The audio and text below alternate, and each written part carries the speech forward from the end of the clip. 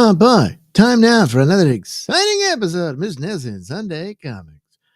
And we're going to be looking at Hobgoblin. So, started off detailing the whole story of the Green Goblin. Did all of those and followed it all the way through the whole Norman Osborn story. Of course, Norman seemingly died. They retcon that later, but he did. And of course, killed Spider-Man's girlfriend, Gwen Stacy, and all that. And then Norman's son, Harry, and Peter's best friend, succeeded him as the second Green Goblin.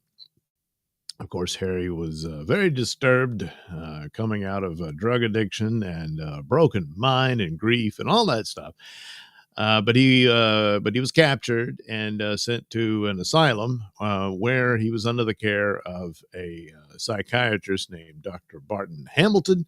And then the psychiatrist decided to put Harry under hypnosis to get the whole story. And he was fascinated by the whole Green Goblin story and decided to check out Harry's details. And lo and behold, it was all true. There were all these secret hideouts that Norman had scattered across his properties throughout New York City and what have you. And so there was all the Goblin equipment and everything. So the Dr. Hamilton decided, hey, I could be the Green Goblin. So it seems the good doctor was just as crazy, if not crazier, than his patient. So he was the third Green Goblin for a while. Ultimately ended up blowing himself up and all that. So that was it. But it did leave the template of this idea that Norman had a lot of properties out there through his company, Oscorp and all that. And there was always these little secret rooms here and there where he stashed his goblin stuff.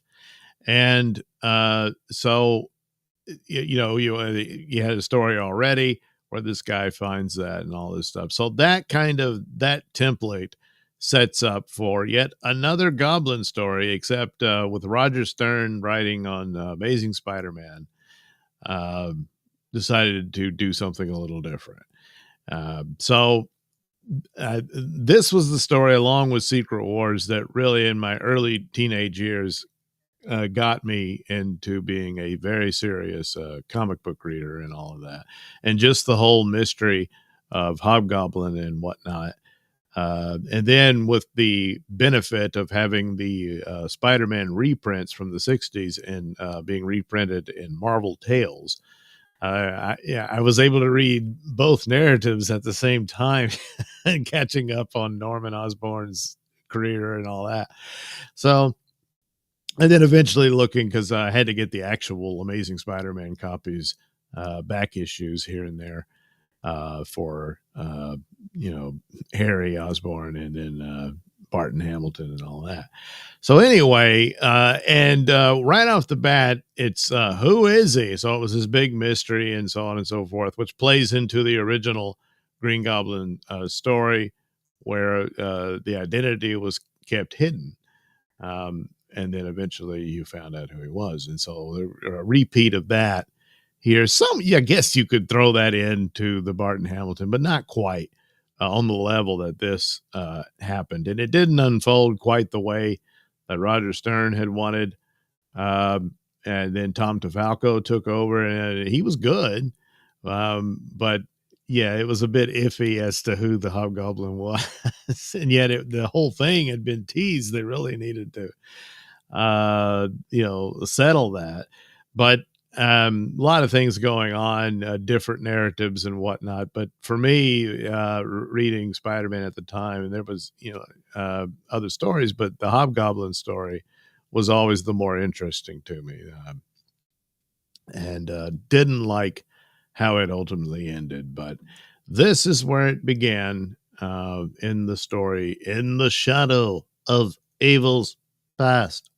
So there's your first look. And of course, right off the bat, you got the Halloween colors basically for this goblin. So it's orange, and sometimes it would be purple, sometimes blue. But I guess the main thing was that I guess was this one of these things where maybe they should have just done it black? I don't know. But when the light shines on it, there's a hint of blue or whatever. But anyway, you get there. Oh, wait. Bonus feature, free lakeside skin tattoos inside. Oh, man. Oh, that sounds awesome. We won't be getting to those. I'm sorry. So anyway, this is like the second page or whatever. Peter, of course, visiting with his aunt and her new boyfriend, Nathan Levinsky, I believe. So anyway, but it starts, it's the events that lead to this whole thing. So, and once the paperwork is completed, like I was telling your aunt, boy, we finally made a legal woman out of her. Nathan, I think this calls for a celebration. Oh, wait. I think this calls for a celebration. I agree. Let's stop at Rosie's for an egg cream. But, Peter, you'll spoil your lunch. I lighten up, May. This is a special occasion. Well, I guess one egg cream wouldn't hurt. What the? My spider sense is tingling. In fact, the warning buzz is getting intense. Look out! Oh! So there's a car chase. You folks okay? Just barely. My aunt and her friend could have been killed. Don't worry. We'll catch those creeps. They just robbed a bank. I'll see you folks later. Peter, where are you going? Let the boy be alone, May. He has blood in his eyes. He just needs to let off some steam. But little do they know, he'll let it off as Spider-Man. So, of course, here we go. We got this robber. Spider-Man chases him all over the place. And the guy gets away, runs down into the sewers, and Spider-Man's looking for him. So, just my luck, the place is a regular labyrinth. I might be able to track the guy down with my spider sense. Then again, I might not. Do I really want to spend my afternoon down here? Because of the stench, you know. Nah, I got 3 out of the 4, including the driver. The cops can handle the small fry. Besides, I have to retrieve my camera before it's noticed. So, of course, you know, he's a photographer, so he set up his camera on automatic to get some shots in the hopes that he could sell them to the Bugle. So anyway, whew, that was close. I thought he had me for show. Now what do I do? If I'm not careful, I could get lost down here. Huh? What's that? Suddenly, a secret door opens. Looks like some kind of secret door. Yeah, that's what it is. It's darker in there than it is out here, but air smells a lot fresher. What have I got to lose? Meanwhile, the 4th must still be down there. Sorry. Yeah, well, we got his buddies. He'll turn up. Don't sweat it. I was hoping you'd say that. Hey, what? He gets irritated that he leaped over him. But, you know, he's Spider-Man. It's how he rolls. Whatever. Now I can cut out with a clear conscience. Toodle-doo, gents. That's it. Come to Papa, little camera. Bong. He leaps off of their car, probably leaves it dead. You know, you can understand why they get irritated with him. Was it my imagination, or did he grab something off that patrol car? Grab what? Everything's still there. Sure is a weird fella. At least he seems to be on our side.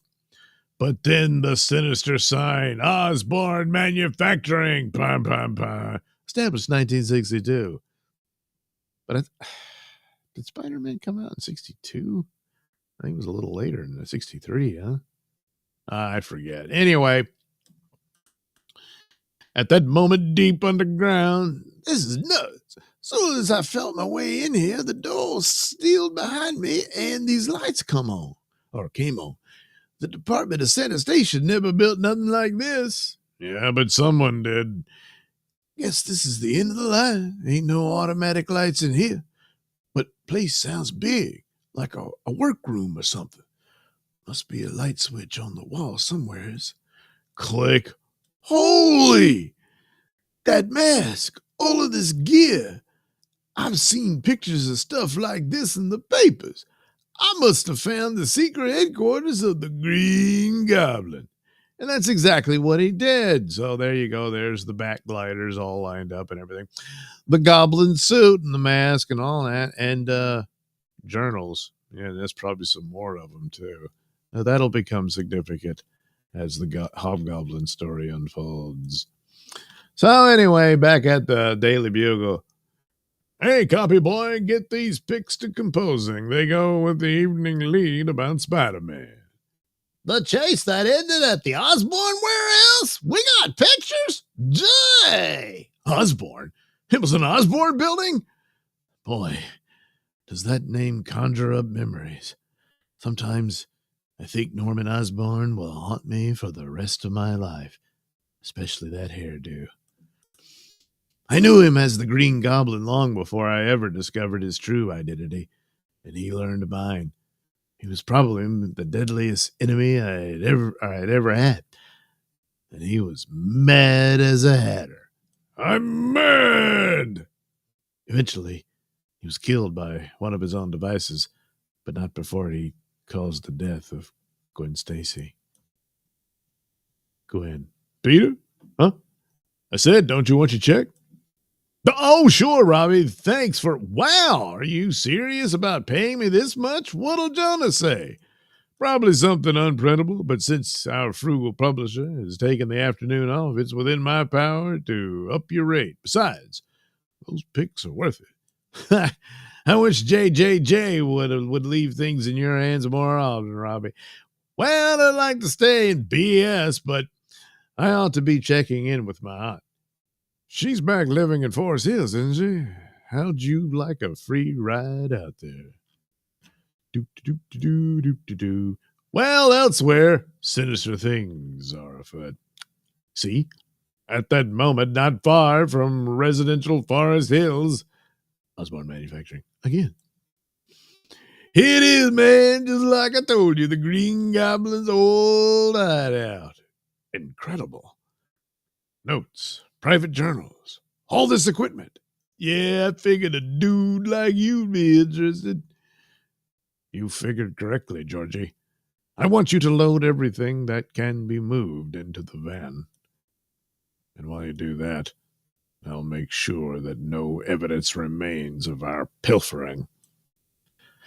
Sometime later. I really appreciate the lift, Robbie. No problem, Peter. It's right on my way home. Besides, it's nice to get a chance to chat with you for a while. About the only time I see you anymore is when you dash through the city room with new photos. I'm afraid so. I'm afraid so. I just don't have much time to hang out at the Bugle like I used to. Well, that's understandable. Your graduate studies must take up a lot of time. Still, I don't want you to become a stranger. But there's a fire at the Osborne warehouse. Good work, lads. Oh, yeah, they run into another photographer and all this. Excuse me, Captain. I'm Joel Robertson of the Daily Bugle. Have you determined the cause of the fire yet? Well, sir, it might be arson. It appears to have been set, and the fellow who turned in the alarm saw a red van speed away just before he spotted the smoke. Luckily, the fire was contained within the chamber where it started. Funny thing, though, that chamber wasn't on any floor plan we could find. It's almost as if it was supposed to be a secret room or something. What? Captain, could I take a look in there? Come on, Parker. You don't want to go in there. The good pics have been taken. Your buddy's right. There's not much to see, but if you want to look, it should be safe enough. I'm almost afraid to look, but I have to. What's with Parker? He doesn't even have a camera with him. Following the trailing fire hose, Peter works his way down into the building until... Well, no, I've been in rooms like this one before. As burnt as the place is, I can still recognize the fixtures on the wall. The last time I saw a metal like that, it was holding a row of jet gliders. This was one of Norman Osborn's hideaways when he was the Green Goblin. Oh, no. So anyway, Thanks again for the lift, Robbie. I'll hoof it the rest of the way. See ya. All right, Peter. Take care. Give my best to your aunt. What have I done? If the bank robber I lost in the sewers today is the one who looted the goblin's lair, then I may be responsible for unleashing a new green goblin, just as I was responsible for Uncle Ben's death. And there's nothing I can do about it. Now, that fireman mentioned a red van. I wish I knew where it is.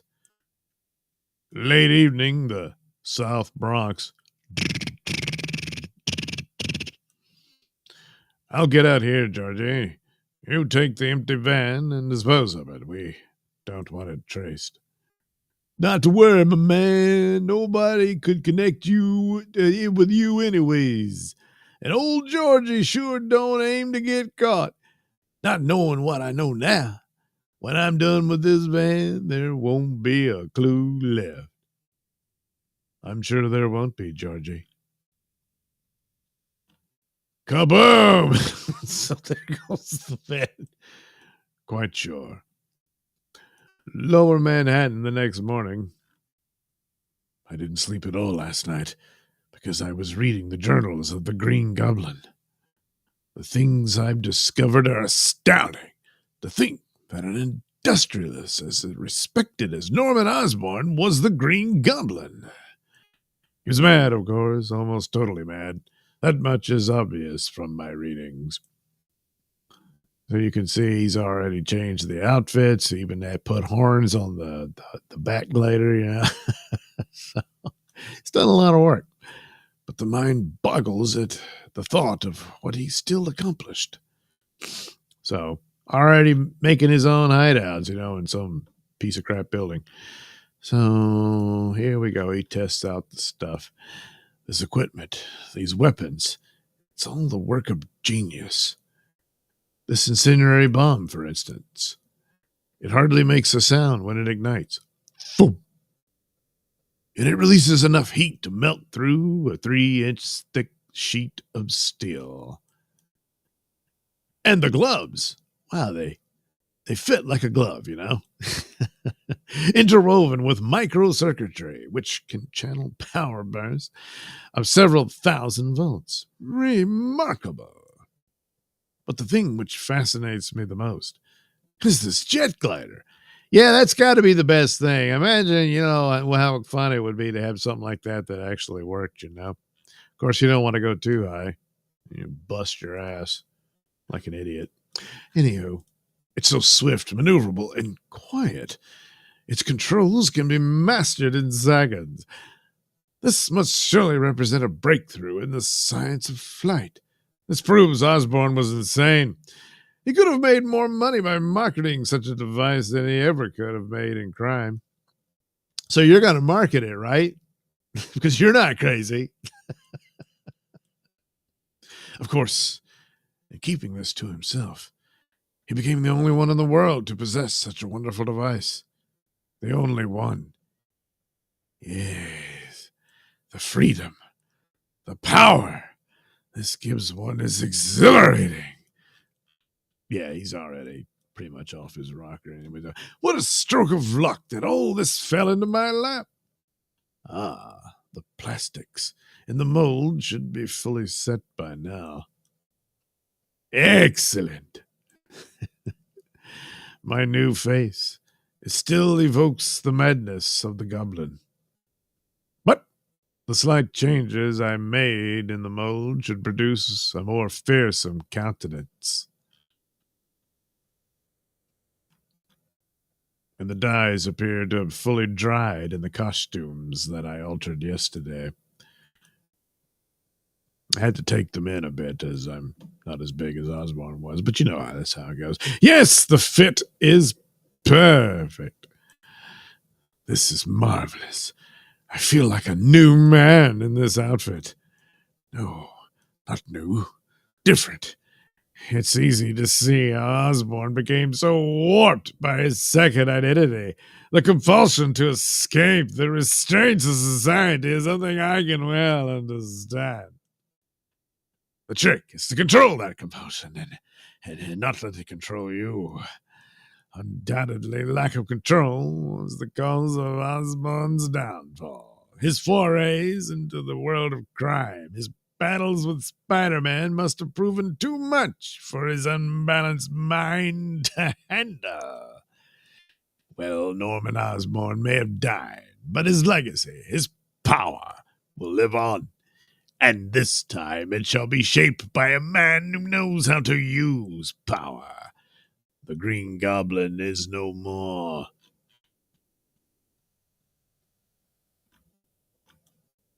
But in his place now stands, or kind of hunched over, the Hobgoblin. To be continued. So there you go. There he is. And, the red eyes is a nice touch. It's kind of odd that you would go for a yellow face, but what are you going to do? Now the Green Goblin, he had the purple suit and he didn't have a cape. But then like the mask was green and then the arms and legs are green, almost as if, he just didn't have pants or sleeves. But here he's done this business. Well, I'll just make him a different color. But it wouldn't have worked if it was all yellow. I don't think that would have, I don't know. But anyway, there you go. And seems to have added fangs to it as well. But that's Hobgoblin.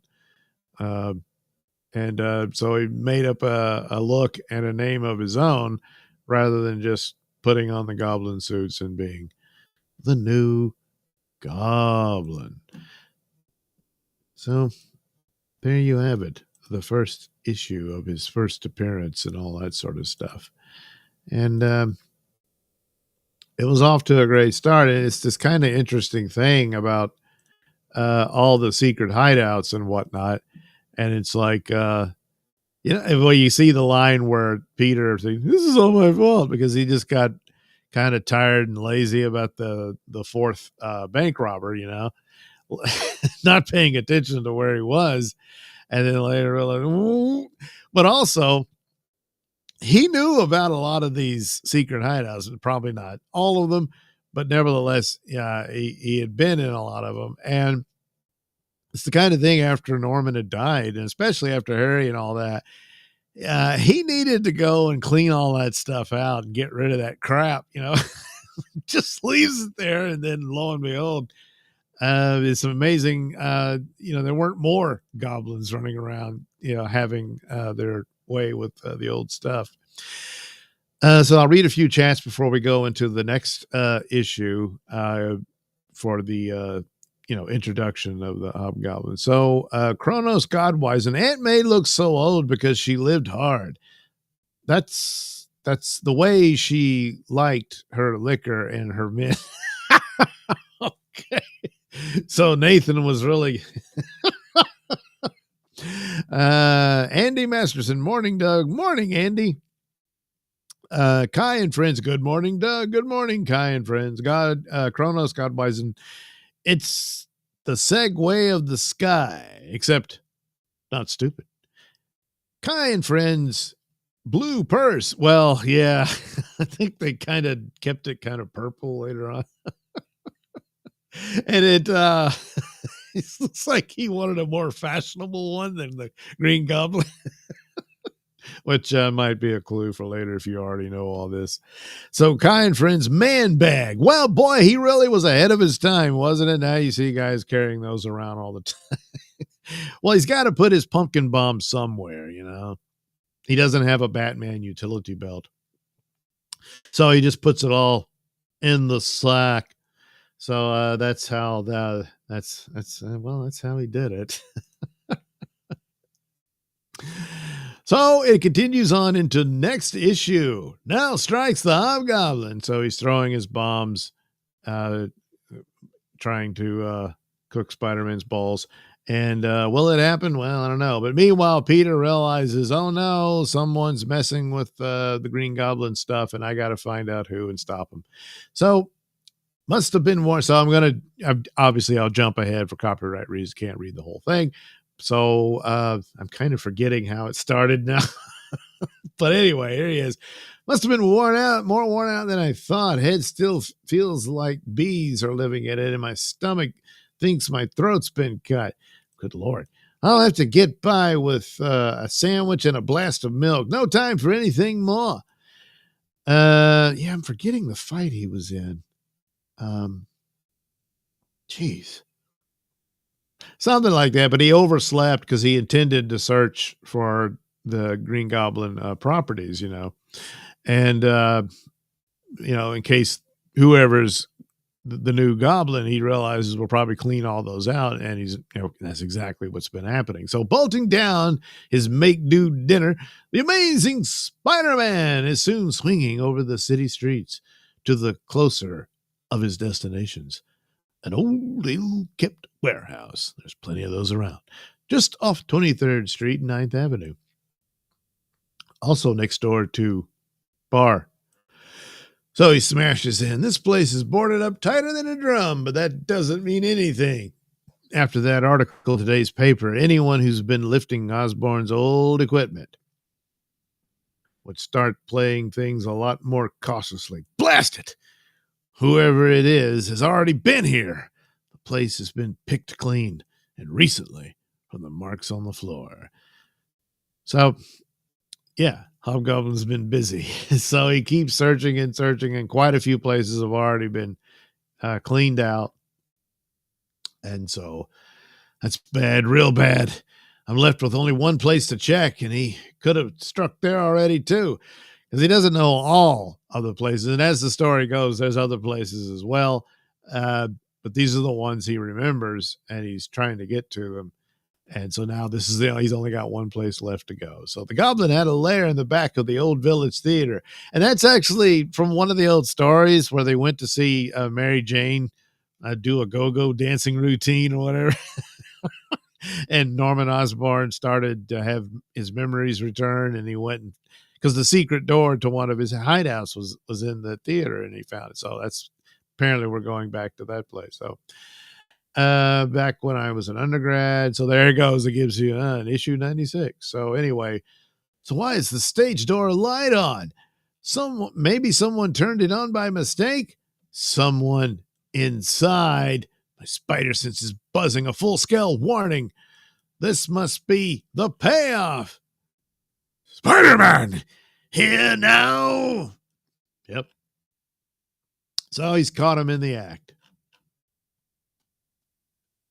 Right as rain, fright face. Who are you supposed to be? The costume is familiar, but if you're trying to be the Green Goblin, you're using the wrong color scheme. Let's see. I don't think he has it. He's like, oh shit. He sure has the Goblin's old gimmicks up his sleeves, though. Nice try, Chuckles, but you'll have to be faster than that. I must get out of here.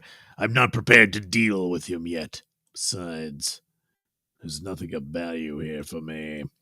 So I guess that one was pretty much left empty by Norman, because Spider-Man found him in that room, and it's kind of like, you never went back to clean that crap out.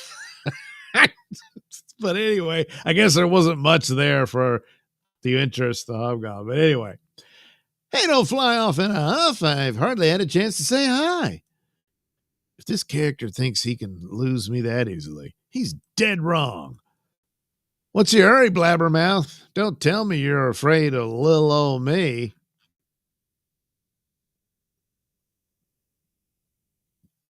The Hobgoblin fears no one. Hobgoblin, huh?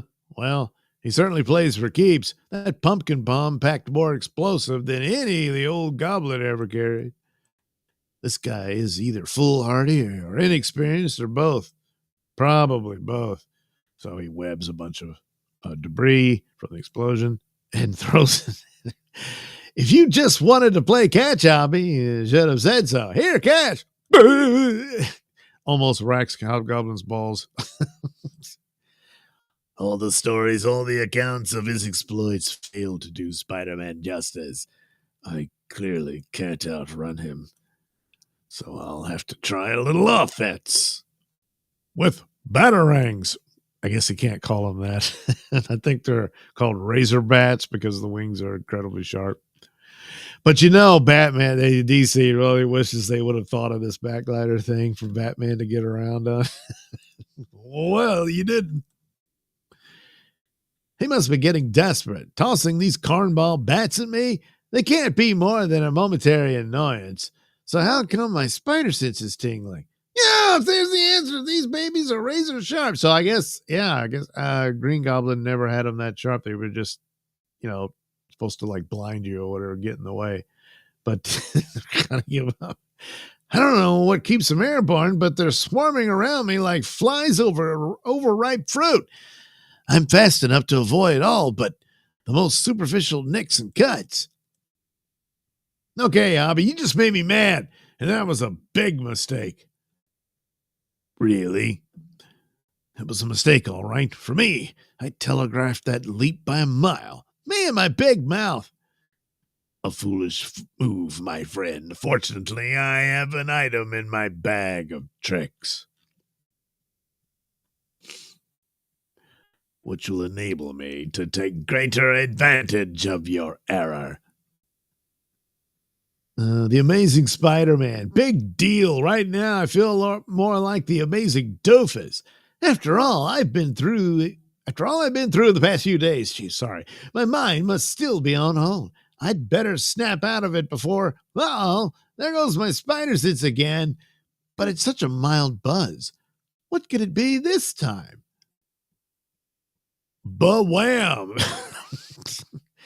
Gas! That figures. The Green Goblin had a whole range of gas bombs in his arsenal. Unfortunately for old Hobby, I got myself a good lungful of air before his little party favor went off. This stuff won't even slow me down. What's more, I can use it as ground cover for the next few moments. Hobgoblin can't see me, but if I concentrate on the old spider sense, I ought to be able to draw a bead on him with no trouble. Thwip. So he gets his thing. That's it. Come to Earth, baby. There's no more dialogue here. So he pulls him down. Oh! Planting his feet firmly on the pavement, Spider-Man calls upon his uncanny clinging ability to stand his ground. His webbing stretches to the end of his elastic point and holds so that the Hobgoblin comes in. Oh. Welcome back, Hobgoblin. The masquerade's over, and it's time for you to unmask. No, we mustn't discover who I am. The disgrace would be too great. Bzz, bzz. So he blows up a gas main. Holy! His hand blaster ripped into the street excavation and blew a gas line. An explosion weakened a second line. The fire is spreading. This whole neighborhood could go up in flames if I don't do something fast. In seconds, using a half-ton steel plate, the mighty masked adventurer scoops aside hundreds of pounds of asphalt and gravel. There. That's what I'm looking for. The main feeder line. So he crushes it closed with his for spider strength, No gas, no fire. It worked. The danger's over. No, scratch that. The fire is out. That's all. Hobgoblin got away. Indeed, at that moment, a score of blocks away. There's no dialogue here, but there he goes. I knew that Spider-Man would be a difficult opponent, but I never imagined he would be like this. I feel as though I've just run in a marathon. Heart's pounding. Every muscle aches. It's all I can do to hang on to my jet glider. I just got my ass handed to me. How on earth was the Green Goblin able to stand up to Spider-Man as many times as he did? He must have had some secret. But what? I must find out. I will find out. And when I do, I shall humble Spider-Man as he's never been humbled before. So he's upset and mad. Plus, He's in pretty bad shape because he just got the crap beat out of him rather easily by Spider-Man. so, so he's not a happy camper. But is there a secret? Yes, there is. If you know the origin of Green Goblin and all that. And it goes far because that brings up the other problem. Harry and Dr. Hamilton, none of them had this secret, So it often begs the question, what could they do? They really couldn't go up against what Spider-Man would with his strength. Now with Harry, you can understand Spider-Man didn't want to hurt him and all that. And with Dr. Hamilton, he didn't know that was Dr. Hamilton. He thought it was Harry. So he's kind of pulling the punches. With this guy, he just thinks it's some bank robbery, and he doesn't care as much. So he'd let him have it. And this eventually will lead to future Hobgoblin stories and how this guy, his real threat is in his intellect, a lot of the ways of how he figures out not only how to take on Spider-Man, but others as well. So that's it for this one. That concludes basically the origin. He's introduced, and in future analyses and looking back at the Hobgoblin story now will appear usually on Wednesday comics, but I couldn't get to Wednesday at the time. So I thought, well, on occasion I do these on the Sunday comic show. So that was the decision making there. Kind Friend says, what made him evil was his penchant for penis. Kind Friends, oh nuts. Kind Friends, he is hoping Robin shows up too. You think so? Kind Friends, ba-wham, baby. Gotta have faith. Kind Friends, super sphincter grip on the gas pipe. Yeah, okay. I can't take any more of this gas. So there you go. Hobgoblin, and it had a lot of cool elements to it, as I'll detail in further stories of this. Don't really like the way it ultimately ended. There was an attempt by Roger Stern to come back and sort of fix up things about the story. And I'll discuss that as I go. I go back and forth about who the Goblin should have been. And even though it was Roger Stern's ideas and he starts this, he wrote it. So you had a lot of times, that's who he intended it to be and so on. But anyway, as it goes, we'll get there. But it was just the cool aspect of it and the mystery and the means by which Hobgoblin was causing all these troubles. And it was an interesting take on keeping it going, because in a lot of ways since then, and with Green Goblin being more of a ghost that haunts Spider-Man than an actual villain that he takes on, even though in a lot of ways Green Goblin was his main nemesis. So it was not likely they would keep him gone forever, but they sure kept him gone for a long time. And then Hobgoblin really became the main one for a while. So it was an interesting take on it. And but also just the idea of, these superheroes really need to get rid of these secret hideouts that villains have. It's all this dangerous crap that's laying around in there. So a lot of times it's like Peter Parker's guilt complex, which drives him over the Uncle Ben. But here it flares up again in this and that. Oh man, I was just tired and didn't want to deal with this bank robber. If had he pursued him, none of this would have happened.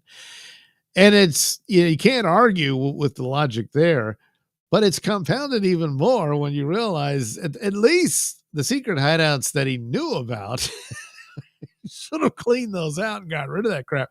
And if any of Norman's journals were in there, which is how the Hobgoblin is finding all these secret hideouts, because there's a bunch of journals that Norman kept that were very meticulous in what he was doing.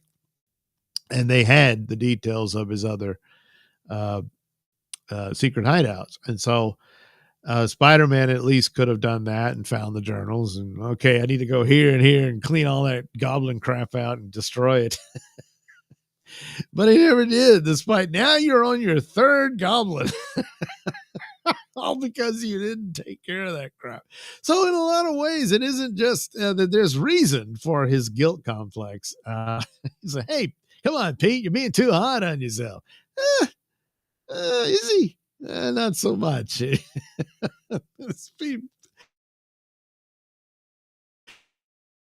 So let that be a lesson to you, superheroes. Even after you've caught the villain or he blew himself up or he's in prison, you need to burn all that, equipment, flying bats, laser gloves, bombs. And sure, he can make new ones when he gets out, escapes, whatever, but, don't make it easy for him. Or some other idiot just stumbles into the place. And, I can be the Green Goblin. And there you go, So I think there's a powerful lesson here. Yeah. But I doubt that he learned from it because there's other villains and they all have, crazy secret hideouts and stuff. So for that matter, I don't know if Captain America ever bothered. How many secret hideouts did the Red Skull have? Did he get rid of all of them?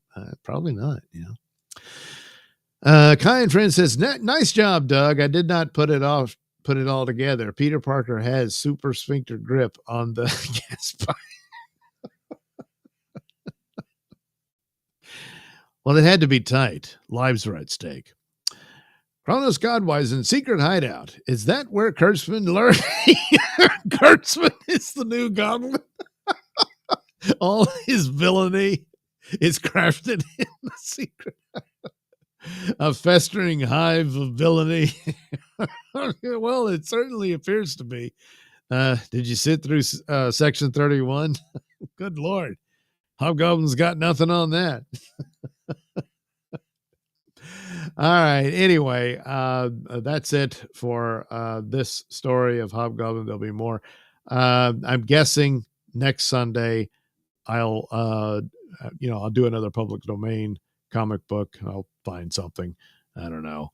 Maybe superhero, maybe science fiction, mystery, horror, something like that. I'll go through the tons of public domain comics to read for the next one. Kind Friend says, hit the thumbs up, bigots. Yeah, you don't want to be a bigot, so you gotta hit the like button. You do. So there we go. In the meantime, I got a new Sun King episode for your enjoyment, which was originally serialized in the Mr Nailsin Show podcast. And current episode is up with me and Pat Dixon discussing horrible crimes and the sad story of an artist whose art just isn't selling like it used to, and he's hurting for cash. Yeah, no, it's not me. It's someone else. But you know him. You do. Anyway, there we go. Do check those out, and I'll join you again for another live stream. Probably drawing or whatever. And I'll see you then. So have a good rest of your Sunday.